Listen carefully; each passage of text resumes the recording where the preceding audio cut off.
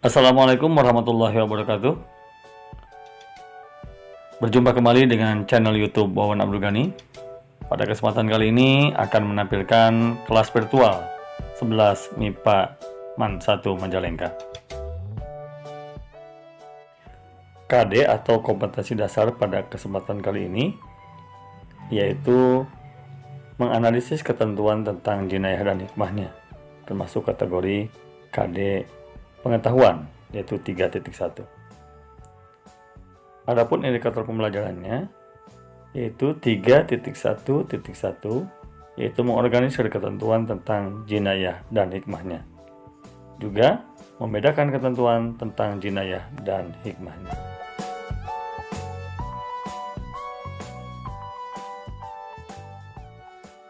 Jinayah terbagi dua, satu tindakan kejahatan, dua bentuk hukuman. Tindakan kejahatan terbagi dua, kategori pembunuhan dan penganiayaan. Adapun bentuk hukumannya, kisos, diyat, dan kafarat. Jinayah berarti perbuatan salah atau jahat.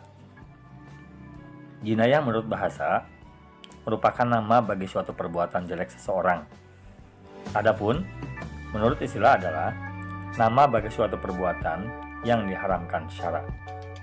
Dalam hukum Islam, jinayah ini meliputi tindakan pidana pembunuhan dan penganiayaan.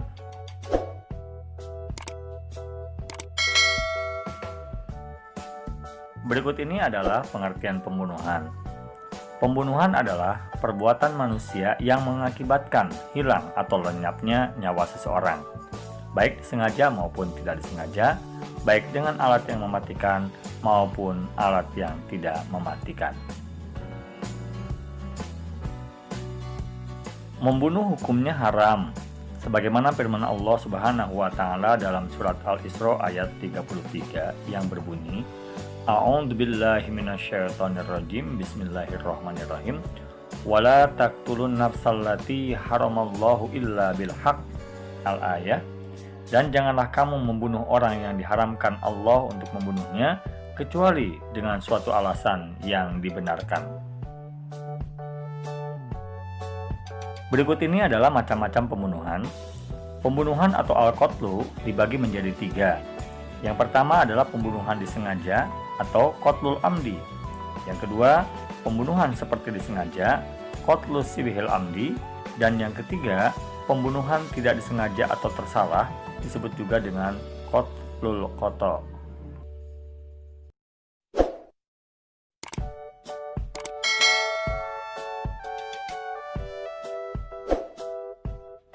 Ini adalah fitur untuk komunikasi lewat tulisan atau chat. Di situ bisa dikirimkan link untuk mengisi daftar hadir dan komunikasi lewat tulisan. Kita juga bisa melihat jumlah partisipan yang hadir pada pertemuan tersebut.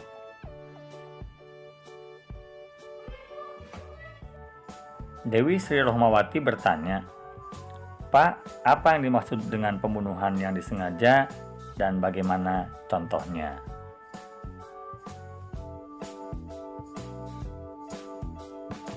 Pembunuhan disengaja atau qatlul amdi yaitu pembunuhan yang dilakukan oleh seorang mukallaf secara sengaja terhadap orang yang terpelihara darahnya, yaitu orang yang dilindungi secara syariat dengan menggunakan alat yang mematikan maupun alat berat atau musyaqah.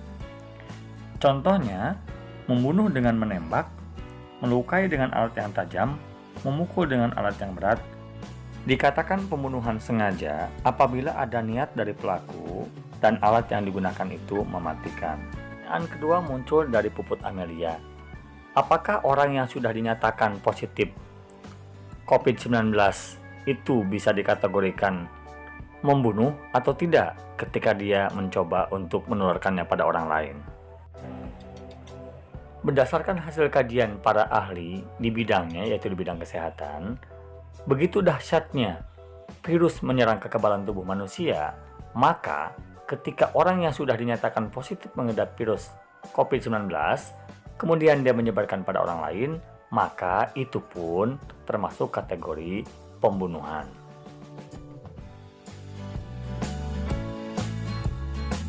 Di akhir pertemuan, siswa diberikan tugas untuk membuat peta konsep tentang konsep usul fikih. Karena link kantong tugas sudah disebarkan lewat grup kelas, ketika link tersebut dibuka, maka tampilannya akan seperti ini. Pertama, siswa mengisi identitas, nama, kelas, dan pertemuan keberapa. Lalu, siswa mengupload bukti fisik kehadiran dia di pertemuan Zoom itu atau SS-nya. Dan bagi siswa yang tidak bisa hadir pada pertemuan virtual itu, maka dia harus mengupload foto ketika dia sedang mengerjakan tugas. Yang kedua, siswa semuanya harus mengupload peta konsep yang sudah dibikin setelah selesai pertemuan virtual.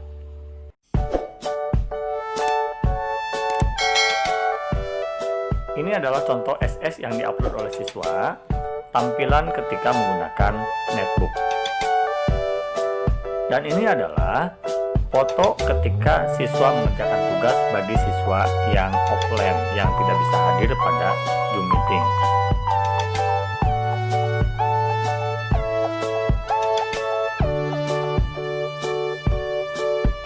Ini adalah contoh peta konsep yang sudah diupload di kantong tugas. Ini juga contoh peta konsep yang sederhana yang diupload di kantong tugas oleh siswa yang bersangkutan. Tampilan ini adalah dari jawaban kantong tugas ketika siswa sudah mengirimkan tugasnya. Untuk siswa yang ingin mengetahui apakah dia sudah terkirim atau tidak, tinggal membuka tulisannya berwarna biru. Demikianlah pertemuan kali ini, semoga bermanfaat. Wassalamualaikum warahmatullahi wabarakatuh.